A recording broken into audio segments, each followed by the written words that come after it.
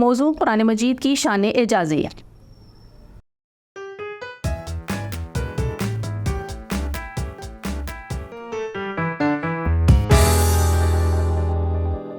قرآن مجید ایک شاہکار کلام ہے.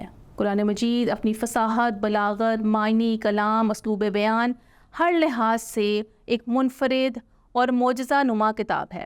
اللہ تعالیٰ نے بہت سے انبیاء کو بہت سے معجزات عطا کیے، اور نبی اکرم صلی اللہ علیہ وآلہ وسلم کو عطا کیے جانے والے معجزات میں ایک عظیم معجزہ قرآن مجید ہے جو آج بھی موجود ہے.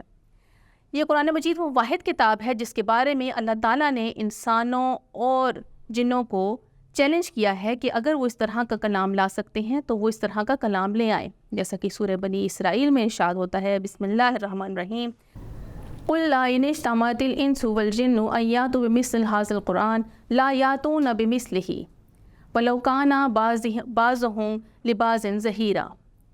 کہ اگر آپ فرما دیجئے کہ اگر تمام جن و انس اس بات پر اکٹھے ہو جائیں کہ وہ اس جیسا قرآن لے آئیں تو وہ اس جیسا نہیں لا سکتے، اگرچہ وہ ایک دوسرے کے مددگار بن جائیں.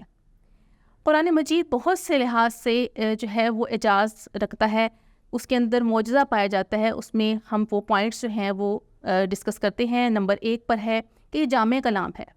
پہلی شریعتوں میں کسی کتاب میں، کسی صحیفے میں عقائد کا بیان تھا، کسی میں عبادات کا بیان تھا، کسی میں سابقہ امتوں کی اور انبیاء کے قصص بیان کیے گئے تھے، کسی کے اندر اخلاقیات کا بیان تھا. قرآن مجید وہ واحد کتاب ہے جس کے اندر ایمانیات، عبادات، معاملات، اخلاقیات، قصص، تمام جو موضوعات ہیں وہ اس کے اندر موجود ہیں.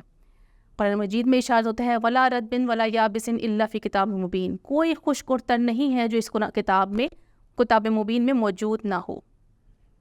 پھر اس کی زبان زندہ زبان. قرآن مجید عربی زبان میں ہے، اور آپ کو معلوم ہے کہ آج کے دور میں بھی قرآن مجید جو عربی زبان ہے وہ ایک ترقی یافتہ زبان شمار کی جاتی ہے.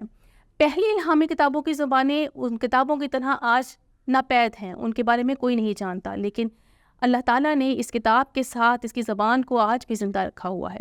نمبر 3 پر ادبی شاہکار. قرآن مجید جو ہے وہ ادب کا ایک بہت بڑا شاہکار ہے. آپ کو معلوم ہے کہ عرب جو ہیں وہ اپنے آپ کو زبان دان سمجھتے تھے، اور باقی تمام جو غیر عربی لوگ تھے ان کو عجمی یعنی گونگا تصور کرتے تھے. وہ اپنے ادب پر بہت زیادہ فخر اور ناز کرتے تھے، لیکن جب انہوں نے اس قرآن کو دیکھا، اس کو پڑھا، تو وہ خود بھی گونگے رہ گئے. آپ نے تاریخ میں بہت سے واقعات پڑھے ہوں گے جس میں محض قرآنی آیات کو سن کر لوگوں نے اسلام کو قبول کیا. آپ کو حضرت عمر رضی اللہ تعالیٰ عنہ کا اسلام لانے کا واقعہ بھی یاد ہوگا کہ جب انہیں معلوم ہوا کہ ان کی بہن اور بہنوئی اسلام قبول کر چکے ہیں تو وہ ان کو مارنے کے لیے جب ان کے گھر تشریف لے گئے تو اور وہاں پر انہوں نے اپنی بہن کو تلاوت کرتے ہوئے سنا تو ان کے دل پر اس قرآنی آیات کا ایسا اثر ہوا کہ انہوں نے ان سے کہا کہ لاؤ دکھاؤ تم کیا پڑھ رہی تھی، اور ان قرآنی آیات کو سن کر ان کا دل جو ہے وہ بدل گیا اور وہ انہوں نے اسلام قبول کر لیا. یہ اللہ تعالیٰ کے کلام کا اعجاز ہے جو انسانوں کے ذہن اور دلوں دونوں کے اوپر اثر کرتا ہے. قرآن مجید کا ایک اعجاز یہ ہے کہ ایک عالمگیر کتاب ہے. یہ تمام دنیا کے لوگوں کے لیے پیغام لاتی ہے. پہلی کتابیں محض چند خطے یا کسی خاص قوم یا امت کے لیے پیغام تھیں، لیکن اس کا پیغام عالمگیر ہے. اسی لیے قرآن مجید میں یا ایھا الناس، اے لوگوں کہہ کر مخاطب کیا گیا ہے. قرآن مجید کا پیغام عام فہم ہے جسے ہر انسان سمجھ سکتا ہے. اس کو سمجھنے کے لیے صرف اس پر غور و تدبر کرنے کی ضرورت ہے. قرآن مجید کا ایک اعجاز یہ بھی ہے کہ یہ محض تعلیمات کو بتا کر ان پر عمل پیرا ہونے کا سبق نہیں دیتی، بلکہ انسان کو غور و فکر کی طرف متوجہ کرتی ہے.